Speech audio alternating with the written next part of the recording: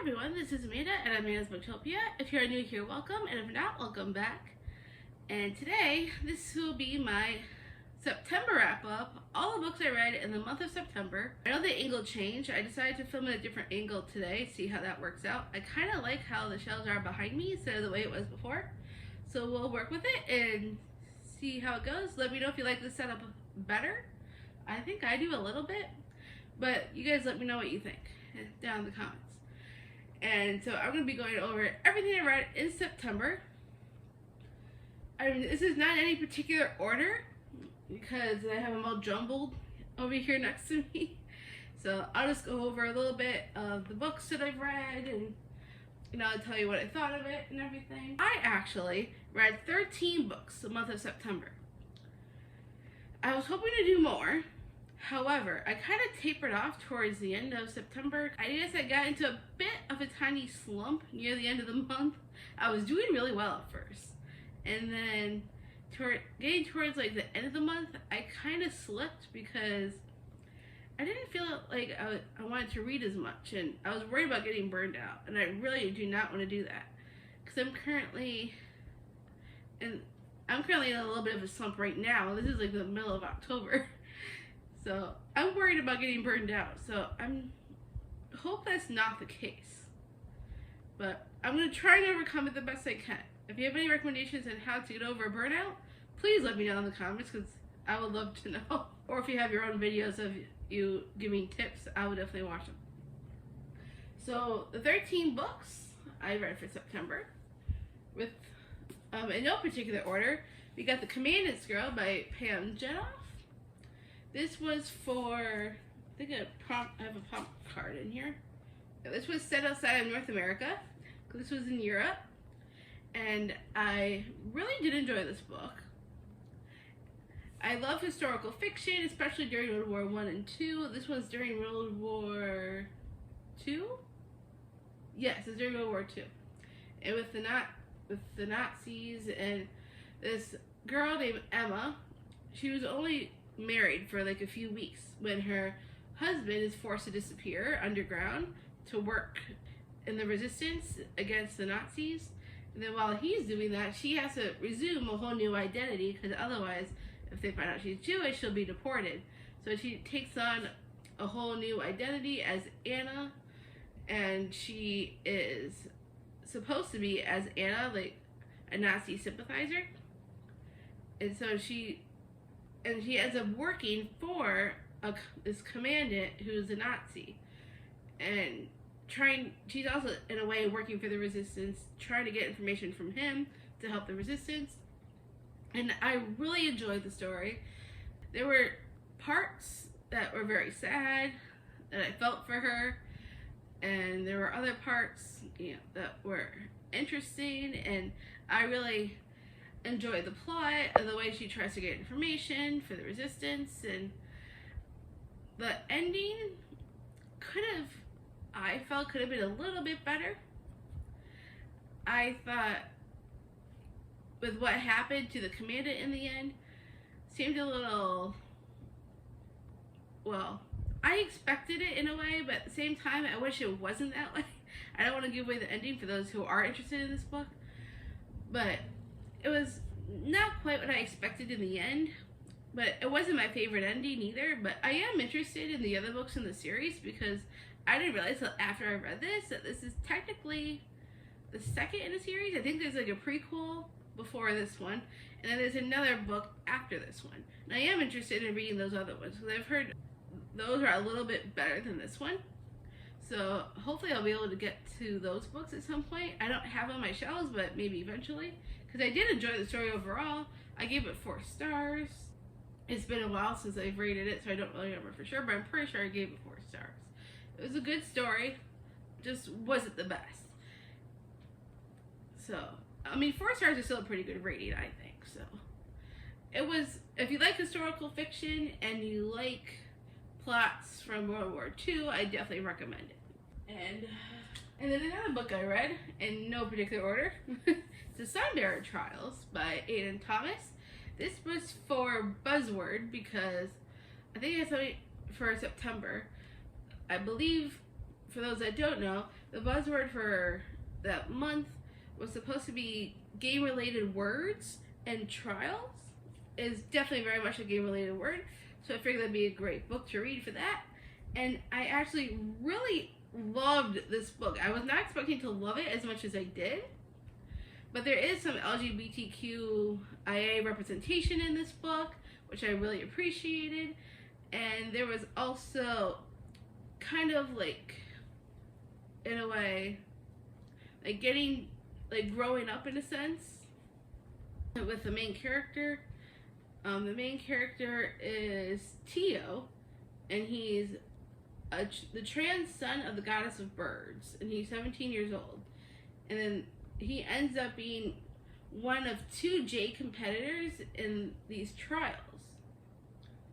Because the trials, they need to keep, they're supposed to be sacrificed, the loser gets sacrificed a soul, which is, the soul is basically their temple and their god, and their body gets melted down to refuel the sunstone. So the loser is sacrificed for that.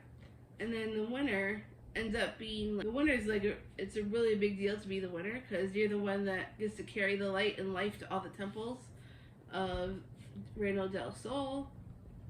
And so Tio competes in this competition, and I really liked him and the way he grew up in this book. Like, he really grew into his own, I felt. And I really loved the trans aspect. It was so good, and I loved the other characters along with him.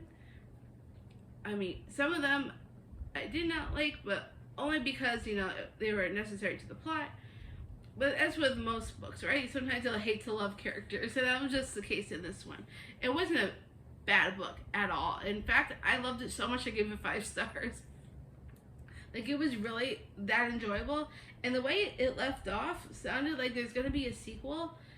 However, this was published a while back. Actually, it came out in 2022. So it came out last year. So there's not a sequel out yet. But it does hint at the end, like, it could easily be a sequel because of the way that it ended. And I absolutely loved the ending. I mean, it was incredible, and I really want to know what happens next, and I cannot wait to see what happens. I'm sure there will be a sequel in the works. There has to be, the way that it ended. So I'm really hoping Ada Thomas releases that soon, because I really want to continue the series. Absolutely loved it. Would definitely give this 5 stars all the way. I cannot wait for more from this author. I think he has other books. I can't remember for sure. Correct me if I'm wrong in the comments. If I can't remember the titles, if there is one. There might be. I can't remember for sure. But let me know if you remember. I mean, there's this whole journey he still needs to go on. And I really enjoyed Tio, the main character, so I cannot wait to see where this journey takes me once another book comes out, because there's gotta be. There's no way there's not. So, absolutely love this book. Highly recommend to everybody. And then another book that I read was Red Rising by Pierce Brown. This is what when I was told about this book, I watched a lot of booktubers, a lot, and everyone that I've watched says it's like Hunger Games in space, and it very much is just like Hunger Games in space.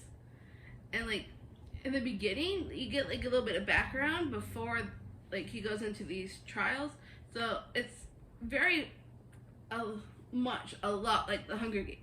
So we get some background at first about Darrow and what happens to him in the beginning before everything else happens, and then he has to be transformed into this. So they have different casts. Like, he's in the red cast, but they transform him to be a gold. So he needs to be in the gold cast for many reasons, and I will not tell you why, because I don't want to spoil anything. But because he gets put into these Hunger Game-like games that he's a part of while he's disguised as gold. And like, there's this, the funny part about this is that while he's getting transformed into a gold, the whole time in my head I was thinking Eye of the Tiger. I was seeing Eye of the Tiger, I mean, in my head the whole time he was being transformed, because You know how in Rocky they do the whole fighting sequence and getting himself pumped up and ready and stuff? There's when he's getting ready to be gold in this book, it's like the same kind of scenario, sorta. So in my head, I'm like, "Eye of the tiger." So I really enjoyed that part. And then the rest of the trials and the games that he goes through in this book is very interesting in what he does to get there. However, there was a part during the games, so to speak, that was just kind of slow to me in a way. And that's the only reason why I gave it a rating of 3.5, because for me, it kind of brought the story down a little bit. I mean, I love the way that it ended. The middle just dragged for me, kind of. And I was really hoping it would pick up a lot more than that. I mean, I know there's gonna be slow parts here and there because, you know, like in the regular Hunger Games, there are slow parts. But the way the Hunger Games is written is a lot different than the way this was written. So that's probably why I like the Hunger Games a little bit more, because you have more of a connection to the characters. I know, like, Pierce Brown tries to do that in this book. I mean, I connected with Darrow and maybe one or two others, but the rest of them, I was just not interested in, character-wise. And I was really hoping this would be better for me, because I have a hard time with when it's slow for a little bit and then there's like nothing really much going on. I mean, at least there's no connections being made or anything to do with the plot moving forward or anything like that. And it felt kind of I wouldn't say dull, just wasn't like my speed. The way I like books, space books, especially Hunger Games like books like this one. I do want to continue the series because I love the way that it ended and I want to know what happens next. So I will at some point pick up, I think is the next one Golden Sun. I think that's the second one, I believe. So I do want to continue the series. Don't know if it'll be right away. I don't even have the book yet. So, might be a little bit before I get to that, the rest of the books in the series. And then another book I read was Wrong Place, Wrong Time by Jillian McAllister. This was for a book club I was in with Brittany. I think her name is Brittany Loves Reading. I will link her down below if you want to check her out. She does a book club with her friend Kelsey, and then there's a Discord channel. And so they were reading this one for the month of September. Yeah, September. Duh, because it's a September wrap-up. And I actually really enjoyed this book. So what happens is that there's this mom. She has an 18-year-old son. At least I think he's 18. Yep, 18-year-old son. And then she is looking out the window when she sees him stab and kill somebody. And then after that, everything seems to go backwards. Time moves backwards instead of forwards. Instead of finding out like why he's being, what happens with the charges and what happens after the murder happens. This actually is the opposite. It goes back farther before the murder, but leading, like everything that's leading up to it, and try to solve this before it actually happens. And that aspect of it is why I really enjoyed this book. I might check out other books from this author. I mean, this is probably not like my favorite read of all time or anything like that, but I really enjoy the time aspect of how it went backwards instead of forwards. Because you don't see very many books like that. So this was a very fun read, and I definitely enjoyed my time with it. I'm pretty sure I gave this 4 stars because of that aspect alone, and I would definitely recommend reading this if you like crime going backwards. And then you find some really interesting stuff along the way. Every time she sleeps, she wakes up either the day before or a few days before, and then it just keeps going backwards and backwards until she solves what happens. And it's very, very good. I definitely enjoyed it, for sure. And then another book I read is Everblaze by Shannon Messenger. This is the 3rd book in the Keeper of the Lost City series. And I absolutely adore this series so far. I think I gave the first 2 books 5 stars. I'm pretty sure. And this is a continuation of Sophie. And for those who know nothing about this series, this girl named Sophie, she is a telepath. And when she, in the beginning of in the first book, she's living in the city with her family, and then these elves or other magical folk find her and tell her she does not belong here. She needs to go back to their world. So they take her back to their world, and she leaves her family, and her family has had to have their memory changed because they don't want them to know why she's having these episodes as a telepath. So she is taken back to their world, and there's all kinds of interesting stuff going on with Sophie back in this magical world. It's very similar to the Harry Potter series. Like how Harry, he tries to figure out his, is like in Harry Potter, it's like his journey trying to find himself and growing up and all that stuff. This is very much similar to that with Sophie, and I love Sophie. She's just so adorable. She's 12 years old in the series so far, and I'm absolutely loving it. I believe this is a middle grade series, so just like the Harry Potter series is. However, with Harry Potter though, it gets darker as the books go on. I don't know if this series will get darker. I mean, this is only the 3rd book, and I'm really enjoying my time with it for sure. I think I gave this one 4 stars. I think I gave the first 2 books 5, and then this one was 4.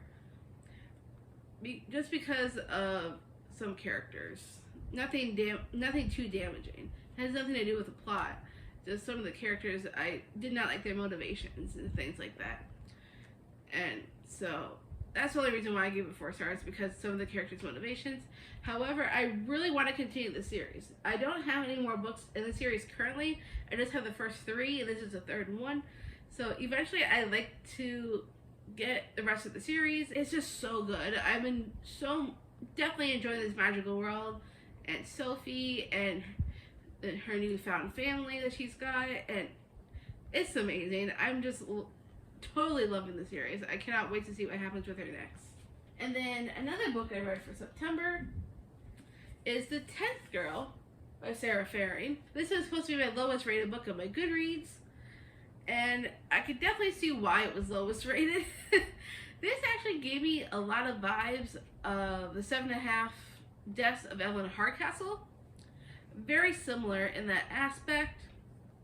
This is supposed to be a haunted house story. At least that's what I thought. Until I got more into it. And then I lost interest. It was definitely not the greatest book I've ever read for many reasons. The reason why I wasn't crazy about it was because I honestly thought it was going to be a spooky, scary story. It was nothing like that at all. I mean, I was really hoping for more spooky, scary stuff. There is not hardly any in this book at all. I mean, look at this cover. I mean, it's giving horror vibes, isn't it? At least I sure thought so. But this book was not at all scary at all. It was more like the 7.5 Deaths of Evelyn Hardcastle. It's much more like that book than I expected. And so for that reason, I really wasn't much of a fan of this one. I think I gave this 2.5 stars. I think on Goodreads I gave it maybe 3, or was it 2? I can't remember. But in my mind, it's 2.5 stars, and I'll probably end up unhauling this book. It wasn't very good. It just wasn't what I expected it to be, and I was very disappointed, unfortunately. So this will be going the way of the dodo, because I just was not crazy about this book.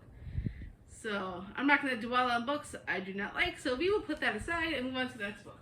And then the next book that you saw in my last vlog was The Curse of Saints by Kate Dramas. I read most of this in September. However, I didn't finish it until like the beginning of October. So you'll see my more in-depth thoughts on that in that vlog, and I will link it down below if you want to check out the vlog first before coming back to this video. This is a fantasy story. It's supposed to be adult fantasy. However, it reads very much YA. And I did not know this was supposed to be adult fantasy until after I read it and I was scrolling reviews on Goodreads for it. And they said, oh, this is adult fantasy. I'm like, it is? I thought it was YA because I read the book before reading the reviews. So I had no idea. I honestly thought this was YA this whole time. Because the characters, the way they interact with each other is very YA. So that's why I thought it was YA. But there's a little bit of romance between Aya and Will. And Aya is the queen's third in command. She's a spy, and Will is the queen's second in command. And the two of them, Will and Aya, I think it's Aya, or is it Aya? I'm not sure. Correct me if I'm wrong in the comments. They have to work together and solve what's going on in their own country. And so they travel to another country to get some answers on Aya's powers and Aya's powers. I don't know if I'm saying it right. And then along the way, a little bit of romance blossoms between the two. And I heard there's supposed to be a second book coming after this one called The Curse of Sins. Is it Sin or Sins? Well, it's The Curse of Sin, I believe. And I definitely want to continue the series because even though it's supposed to be adult and it doesn't read that way, I still want to continue it because I want to know what happens next with Aya and Will. Aya. I don't know. However, I wasn't crazy about the way Will treats Aya. I did not like the way he treated her in a lot of ways. He held a lot of information back from her that she definitely needed. And I just wasn't crazy with why he would do that and his motivations. I have no clue why he would do that. If it was me, I would not put up with that. Hell, I don't even put up with that in my own relationship with my fiance. If he was holding stuff back from me, I would not be happy. And Will definitely does that. And that's the only reason why I probably rated this a 4-star. But the rest of the story is amazing. I can't wait to see what happens next in the next book. Don't know when it's coming out, the second one, but I definitely do want to read it. So I'm looking forward to that book for sure. And then another book I read that you will also be in my vlog, in my other vlog that's already up, that is, was Blood Sister Scribe. This was my book club pick for the month of September. And we had a live show, and I'll link the live show down below if you want to go check that out.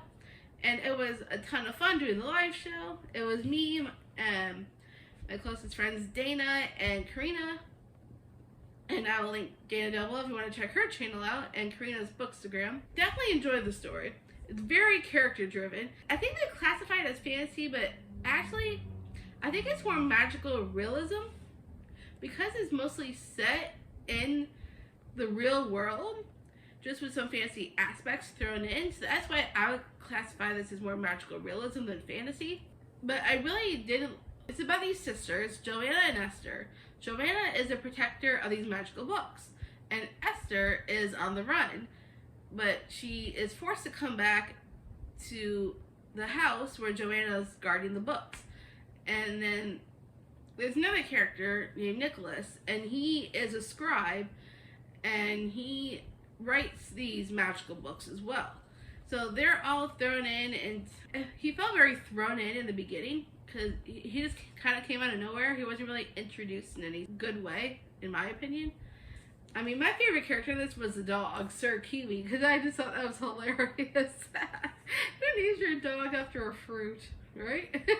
But I thought it was hilarious. At least that part.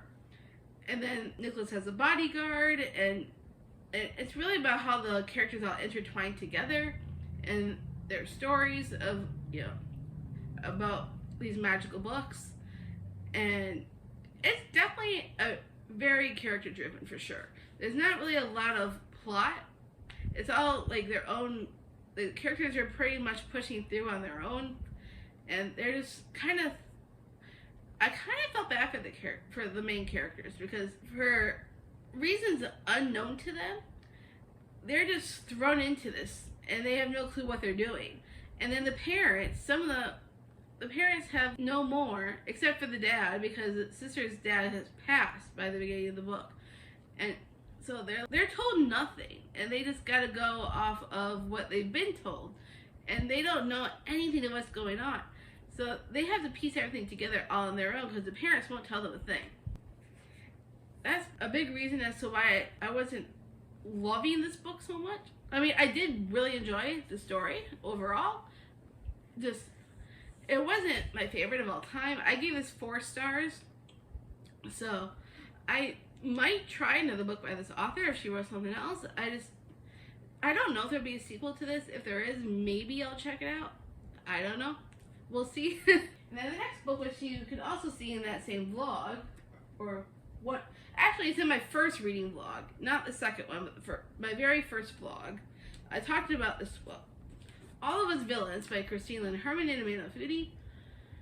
It was okay.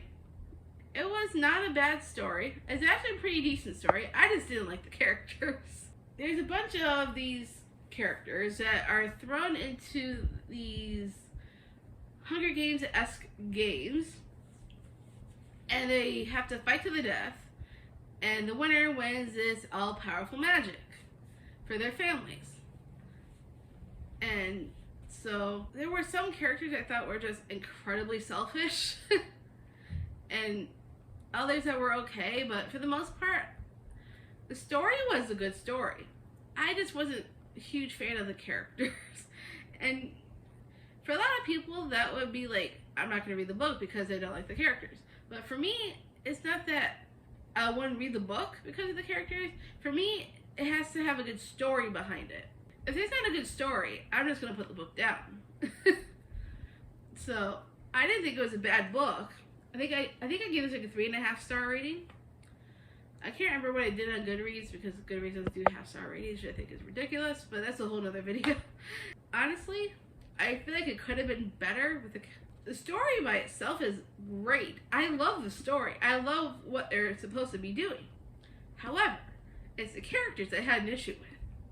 But I have the next book in this duology right behind me, All of Our Demise. So I might continue the story just to see what happens next. I'll probably just disregard the characters, but I really want to know where it goes and see how it ends. And honestly, I really do want to find out what happens. And then the next one I read for September is Pretty Dead Queens by Alexa Dawn. I think that's how you pronounce that. So this is very much similar to Karen M. McManus, because this very much read very much like a lot like One of Us Is Lying. It gave me that kind of vibes. Like this main girl named Cecilia. She's 17. She goes to live with her estranged grandmother, and while she's there, the homecoming queen gets murdered, and apparently she's not the first one. So this happened like years ago, the first time around, and now it's happening again. So there's a copycat killer on the loose. So Cecilia decides she needs to crack the case and find out who killed the original homecoming queen and this one. So it kind of gave me vibes similar to One of Us Is Lying series. At least the first two, because I haven't read One of Us Is Back yet. But this one gave me very similar vibes.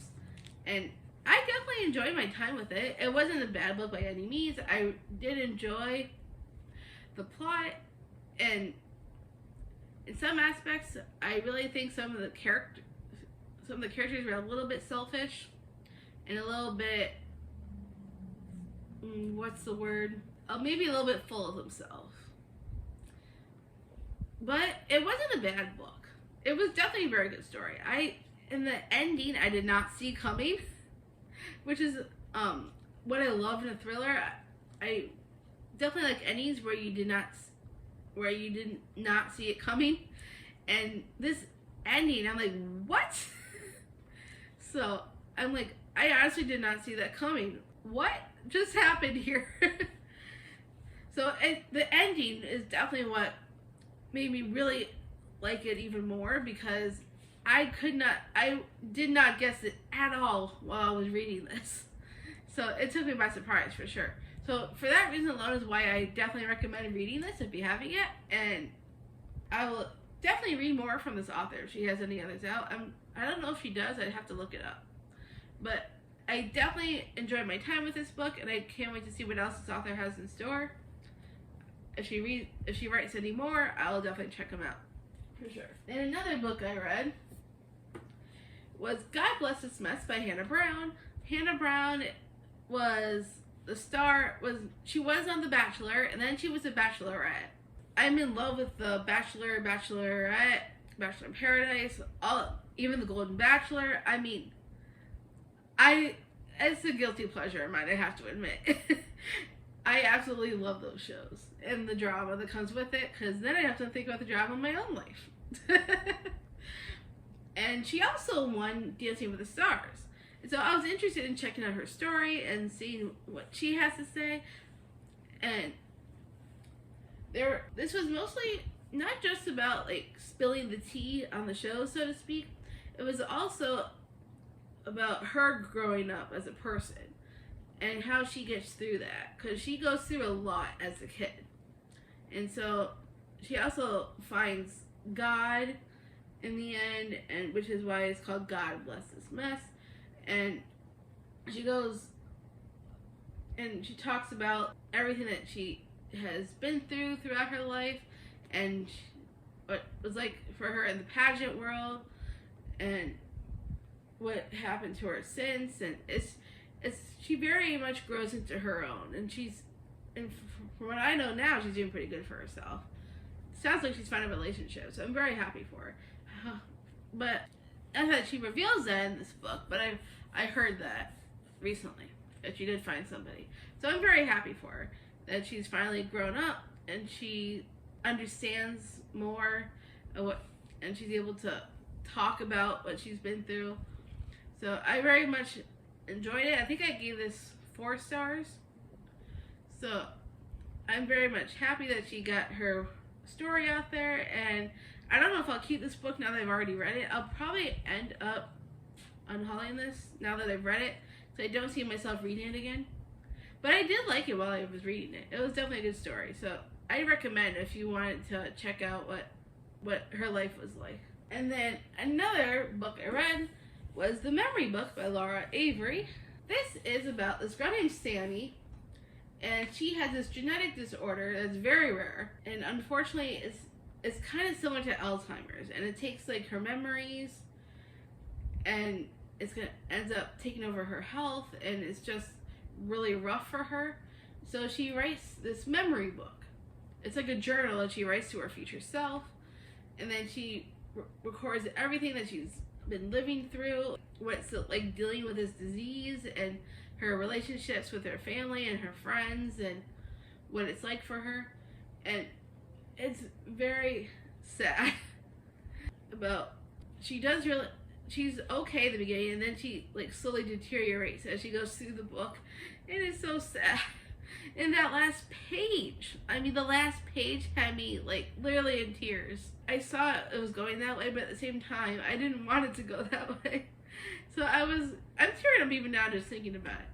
It was that last page really got to me, and I ended up giving this 5 stars because it's so sad, but it gives you all the feels in this book. It's kind of like how it was with Eleanor and Park when I read that book. It's very similar feels in this book. However, the feels in this one is even sadder, if that's even possible. But it is. That last page really got to me. Like, I'm crying even now just thinking about it. But I highly recommend reading it if you like sad stories. I don't know if I'll read it again. I don't know if I'll keep it on my shelves forever, but it's definitely a sad book that if you want to cry, this will give that to you. I promise you. And then the last book I read for September, the very, very last. I'm glad I went into this book blind, by the way. And that is a semi-definitive list of Worst Nightmares by Crystal Sutherland. I know she's more popular with her House of Hollow book, but I don't think very many people have even read this book. I have not seen anybody, and I mean I haven't seen anyone on BookTube ever talk about this book. And if you're watching this and you've never heard of it either, well, don't stop here and go buy it. Because this is one of my new favorite books of the year, for sure. This was 5, 6, 7, 8, 9, 10 stars. I mean, I was, wow. I couldn't believe what happened in this book. Okay, so for those that don't know anything about it, because most likely you don't, because it has never been talked about, but this girl named Esther, her grandfather supposedly met death. So her entire family has been cursed to suffer one great fear in their lifetime, a fear that will eventually lead each and every one of them to their graves. For example, Esther's father, he's an agoraphobe who hasn't left the basement in 6 years. Then her twin brother, Eugene, has this fear of the dark. And so he has everything lit up all the time. And her mom is absolutely terrified of bad luck. And so far, Esther has managed to escape the curse. She does not yet have a great fear because she tries to avoid pretty much everything. And so she has this list that she wrote of all these nightmares or fears. But she calls it her semi-definitive list of worst nightmares. But technically it's like a list of fears. And then she thinks she has it all figured out. She's avoiding all these fears until she reunites with an old elementary school classmate, and he was also her first crush, named Jonah. And so when they reunite, he kind of comes back into her life. And so together, both Esther and Jonah, they try and cross off these fears off of her list. So she tries to face each and every fear on the list and Jonah and Esther, they're trying to face each one of these fears, one debilitating phobia at a time, to discover the one fear they hadn't counted on, which was love. And so they try and go through all these barriers that she supposedly thinks could be her greatest fears, and she faces each and every one of them, trying to cross them off her list and say, this is not my biggest fear anymore, this is not my biggest fear. And she finds out what her real fear is in the end, and how she rises above it. And oh my god, this is so inspiring, so like in the feels. Like it, in some ways it has a bit of magical realism thrown in there because of she thinks her family is cursed. For that reason is why there's like that bit of magical realism. And then she also tells her grandfather's story of how he met death. And so we get clips of different scenes with her grandfather and death. And then along the way, like, she conquers each and every one of these fears. And the way it all ties together in the end, oh my god. Like, I never thought this, like, when I picked this book up, I knew nothing about this book. Absolutely nothing. And now is one of my favorite reads of this year.